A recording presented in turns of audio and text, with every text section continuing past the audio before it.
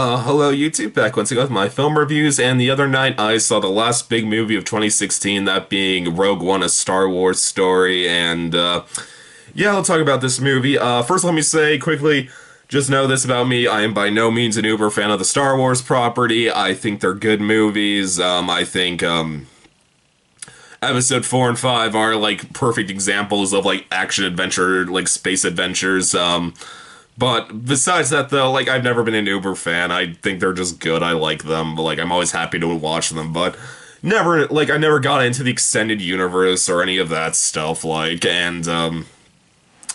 And quickly, though, what I thought of Episode 7, The Force Awakens, I thought it was great. I did not think it was perfect. Like, I did not agree with people who are saying best movie of 2016. It was in my top 10 list, but I said, like, it has problems, but I still thought it was a great return for the series, and I thought it was cut above your average Marvel fare, just for the fact not only did it have really likable characters, it actually had a really interesting villain also, so, yeah, so that was my thoughts of Episode 7, and when Rogue One was announced, when they were announced they were going to try to start an extended universe for Star Wars, well, one, I'm always nervous when I hear the word extended universe nowadays, just for the fact, outside of Marvel and now Harry Potter, with Fantastic Beasts, all of them I find either, have ranged from terrible to mediocre, so I'm never excited to hear those words, but I kept an open mind, and when they announced what the plot of this movie was, the plot of, taking place before Episode 4 and answering one of Star Wars fans' most asked questions: how exactly did the Rebels get their hands on the Death Star plans at the beginning of Episode 4? I thought that was a really interesting idea to turn that into a movie, and I was actually pretty excited to see this when it got announced. So yeah, that's the plot of the movie. It is about a woman named Jyn Erso, played by Felicity Jones, who father, played by Mads Mikkelsen, is the guy who designed and built the Death Star, and it is the Rebels trying to steal the Death Star plans to get them to the Rebels so they can hopefully destroy the Death Star. So that's the the movie. Let's get into the good and bad of this movie. The good. Well, let me first say this. Felicity Jones as the lead of Jyn Erso. I know this has been a polarizing performance. Some people really like her. Some people think she's pretty bland. Personally, though, I land on the side. I thought she was really good in this movie because, I know a lot of people thought that she was just kind of, like, emotionless and just unlikable, but that's what I liked about the character. I thought it was an interesting contrast, because, like, compared to something like Luke or Rey, who have had tough upbringings, but are still somewhat wide-eyed optimists and do believe in a better future. I kind of like the idea of just like a protagonist who just seems broken by just, all the, like, shit she's had to go through her life. Like, she doesn't even care about the rebellion. She doesn't care about the Empire. She's like, you two can go blow yourself up as much as you want. I don't want to be part of this. So I thought that was an interesting contrast. I thought Felicity Jones she was a complete badass. I don't think she's saved once in this movie outside the opening scene, and, she's the one constantly being the hero, and, I do really applaud this movie for having a female as the lead, and I do applaud the Star Wars movies for doing that recently, yeah, so I thought Felicity Jones was great, yeah, I just did like the idea of seeing someone completely who didn't care and just seemed broken, so yeah, Felicity Jones was great. Other members of the Rogue One crew, Donnie Yen and Alan Tudyk as the ninja samurai monk guy and the robot, those two were both tons of fun. They both get great lines, they're both really likable, and they're also really badass, and you love watching them from beginning to end. They're tons of fun, and my eyes was cheering half the time anytime they're doing something, and they're just great. That and Ben Mendelsohn, I hope I'm saying that name right, as the main villain in this movie. He's enjoyably over the top and goofy, always sneering, always looks like he wants to just spit at the camera. He was enjoyably over the top, in my opinion. I thought he was fun. Not by no means a deep villain. Like, do not think like after Adam Driver in Force Awakens, he was a pretty deep villain. Like, no, this is not that. This is very much an over-the-top, one-dimensional villain, but he's a lot of fun as it. Darth Vader also returns, voiced by James Earl Jones. That's amazing. I know some Star Wars fans were really disappointed online that he doesn't play a major part of the movie because he is only really in two scenes in the film. Personally, I didn't mind because I said, guys, he can't be that big of a part of the movie because the original trilogy still needs to happen. This is the problem when you insert characters from like when you create like a story that takes place before like a film, and you have characters that like show up before, like not much can really happen to them because they need to be there for when the movie for it to line up chronologically for how they end up there. But even then, though, so I didn't care at all. He wasn't because he wasn't in the movie that much because I didn't expect him to. But even then, I thought his two appearances were great because he says a pun. Darth Vader saying a pun is just freaking awesome. I never thought I would see that, and I wanted just to applaud when that happened. The fact it was one of the greatest cinematic villains of all time saying a pun is just amazing. That and his final scene at the end of the movie is just amazing. It is one of his most badass scenes ever in any Star Wars movie. It's so effectively, like, it's both, like, hilarious, like, terrifying and badass all at once. It's just great. So, I know some people are disappointed by Darth Vader's appearance. I wasn't in the slightest. Especially just for the fact it was James Earl Jones again. That's always worth it. I also give this movie for having a very dark tone for the most part. It doesn't, because this movie, like, I know there was a lot of question, could a Star Wars film work without, like, the Jedis and the Force and all that, and, I thought it did really work. Sorry. I thought it did really work, like, just for the fact, like, this did have a darker, more grounded in reality, well, as grounded as it can be with Star Wars, but, it did have, like, it was I thought, definitely the darkest Star Wars, movie ever made, just, because it really doesn't have that fantasy feel, it doesn't have that fantasy, whimsy, grand adventure feel of the other films. This felt very dark and brutal, like, it almost felt like a war story more than anything else, and, because, like, let me tell you, there's tons of death in this movie. I'm not saying, like, random, like, characters, like, side, like, body extras. No, there's a lot of people die in this movie, and you know their names, and, so, that was well done.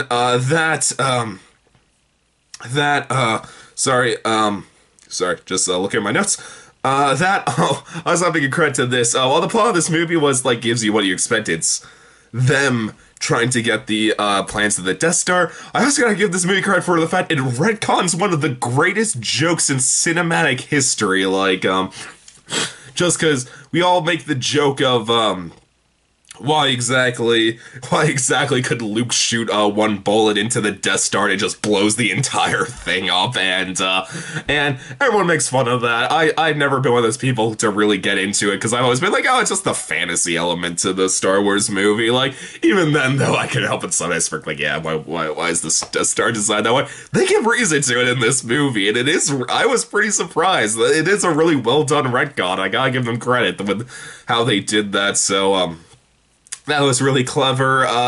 The action in this movie is just spectacular from beginning to end. Well, one, the special effects are fantastic. They look great from every minute they're on screen. There were scenes that made me legitimately feel like I was there. Like, it's so dark and brutal. Like I said, like, this does not feel like a Star Wars or... Let me phrase that. It does not feel like that whimsical, adventurous Star Wars vibe you got from the other films. Like, this feels dark, it feels brutal, it feels violent and visceral. Like, it hits you, like, when people are taking damage in this movie. Like, at first I was annoyed that they never used the Wilhelm scream, like, but, like, like, when I thought about it after I left the theater, like, no, it wouldn't have really worked because you would have laughed, and, like, this actually was not trying to be, like, really fun, adventurous action, it was supposed to trying to be, like, really serious and unsettling action, and it succeeds with that in fine colors, and let me just say, the entire last third of this movie is just wonderful. When they go for the Death Star, because the last third is them going for the Death Star plans, when they go for those Death Star plans in the last third, it is in my opinion the greatest climax to any Star Wars movie ever. Like, it's just so fantastic. He keeps building and building, getting more violent. It gets darker, it gets more violent, it gets more powerful. It just hits you more and more and more, and it works so well. And so last third of this movie is just like it. I would say just the last third alone is worth the price of admission. So that was not big credit for the last third. I did really like how it rolled into episode 4. I thought that was really well done. This did feel like this was truly connected to episode 4 and like some side film series when they try to do side stories here. Kind of like, really, that all that happened right before then. I don't think that lines up probably. No, it's not like this does feel like it took place right before episode 4 and it rolls into it wonderfully. So yeah, so Felicity Jones, Donnie Yen, Alan Tudyk, the action, entire last third, so spectacular. So, what was the bad of this movie? This was by no means a perfect movie. Okay, well, first gotta say this. They CGI recreate both Peter Cushing and young Carrie Fisher, and it it's well done, like, but it runs headfirst into that uncanny valley. Like it is the prime example of like the uncanny valley. Just something like you're just looking at it, just saying like, this looks right, but something just feels wrong right now. Like it just. It got really close to getting past that. Like, I have seen actors recreated by CGI in other films. I said that got past the Uncanny Valley. This hits the Uncanny Valley, unfortunately, though. Like, it is just unsettling when they're on screen, and, which is annoying just for the fact that the special effects in this movie are so spectacular, just to see those two just not quite right. It is kind of just like, what went wrong? Like, but that's not my main complaint with this movie. My main complaint with this movie is the first like I said, the last third is spectacular, but the first two thirds are kind of dull, honestly. Like, they have their moments. There's some cool moments I can point out in the first two thirds, but the problem is this movie should have just been the plot. How did the rebels steal the plans of the Death Star? That should have been the entire movie, but they really is over bloated, over long. Like, they go into there's all these subplots and like extra things that are added onto like them like trying to get to the point they can like they know of the plans, are willing to go at and are going to go after them. That it really just it doesn't work. It just feels like filler, like, and you're just waiting for them the entire time. Just get to just get to them trying to steal the Death Star plans. That's what I'm here for. I just want to know how that happened. And all the stuff they add, it's just not interesting. It feels like filler. It feels like they're just trying to extend the runtime, and it really feels barely any of it's interesting. Like, you don't care what's going on. You're just wondering, when do they get to stealing the Death Star plans? And then they do in the last third. And that's by far the best part of the movie. And not just that, though, the rest of Rogue One, that being the captain, gunman, and pilot, they're pretty forgettable. Like, they're not bad. They're not like annoying characters. Like, or they're not like completely like I have nothing to say about these characters. Like something like the crappier members of the Suicide Squad, in which like they were either annoying or just like there's not even you can't even say a damn thing about them. Like, I can say things about these characters. Like, they're just not that interesting. They're not the worst characters. They're just not very good characters. And it is very noticeable because in that last third, okay, spoiler alert. But seriously, do you honestly? Let's just say some things happen to the characters in Rogue One. I'm not gonna say what happens, but let's just say they had to give reason for A, they're trying to steal the Death Star plans, B, they had to give reason for why they weren't alive in the original trilogy, and C, just think for a moment here, in the beginning of episode 4, all the rebels who are holding the Death Star plans get killed in 5 seconds. So, I won't say okay, no, I'm saying it. Okay, when they all die in the end, they all die in a different way. It really did feel like, it really did put it in it fully illuminated the just like which characters you cared about, which ones you didn't care about. Because like, let me tell you, when the ninja monk died, when the robot died, like my eyes was like screaming like no, like they were like, oh no, he died, no, that can't happen. Then like when the gunman died, like when the pilot died, my eyes kind of was just like just shrugged their shoulders like, am I supposed to care right now? Like the first time, like when they thought the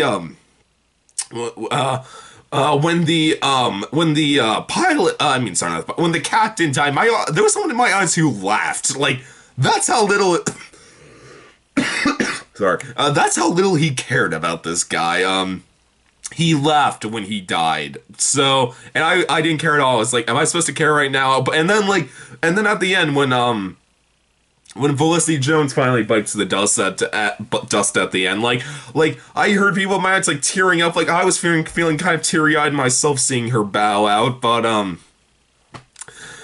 and it really just in great context that like half of Rogue One was really well done, the other half was really lame, was pretty forgettable, and which is a shame because if like the plot was tighter in that first two-thirds, if they just like in the first like 20 minutes, if they learned about the Death Star plans and were going after them, it would have worked.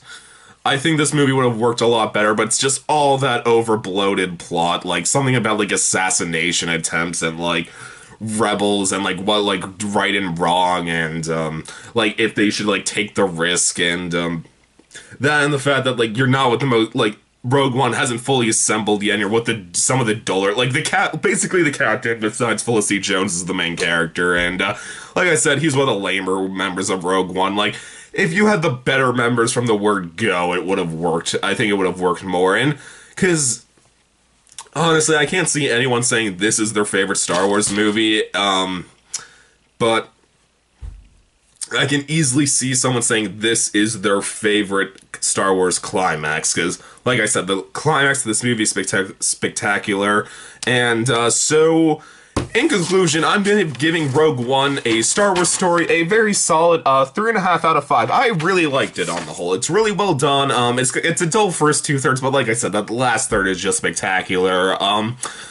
In my opinion, I definitely think Force Awakens is definitely the superior film, just for the fact that characters were way more likable in that. Like, I would like follow like Ray, I forget what's John Boyge's character.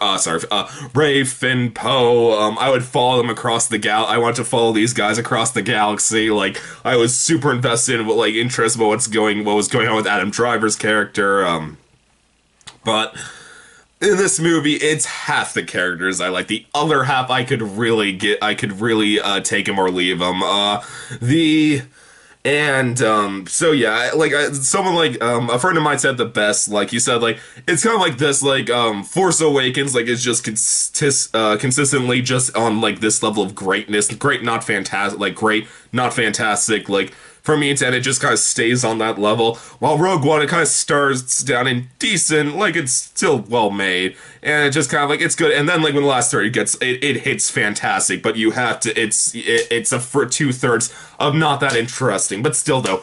I definitely say go see this movie just for the last third alone. It is worth the price of admission just for that. Oh, quickly, just for some side notes, why was there no plot scroll in the beginning of this movie? I was really bummed out when it didn't say Star Wars Rogue One, like it scrolled and gave you plot context. Like that really bummed me out. I was like, damn it, why didn't you do that? I wanted that. I was really sad not to see that. And I also have to give this movie credit, just for the fact that it has made Star Wars join Harry Potter and Marvel as the good extended universe film series. So yeah, definitely excited to see where Star Wars is going to go with more extended universe films now. So yeah, go see it. YouTube as always, please subscribe, and I'll see you next time. Okay, bye.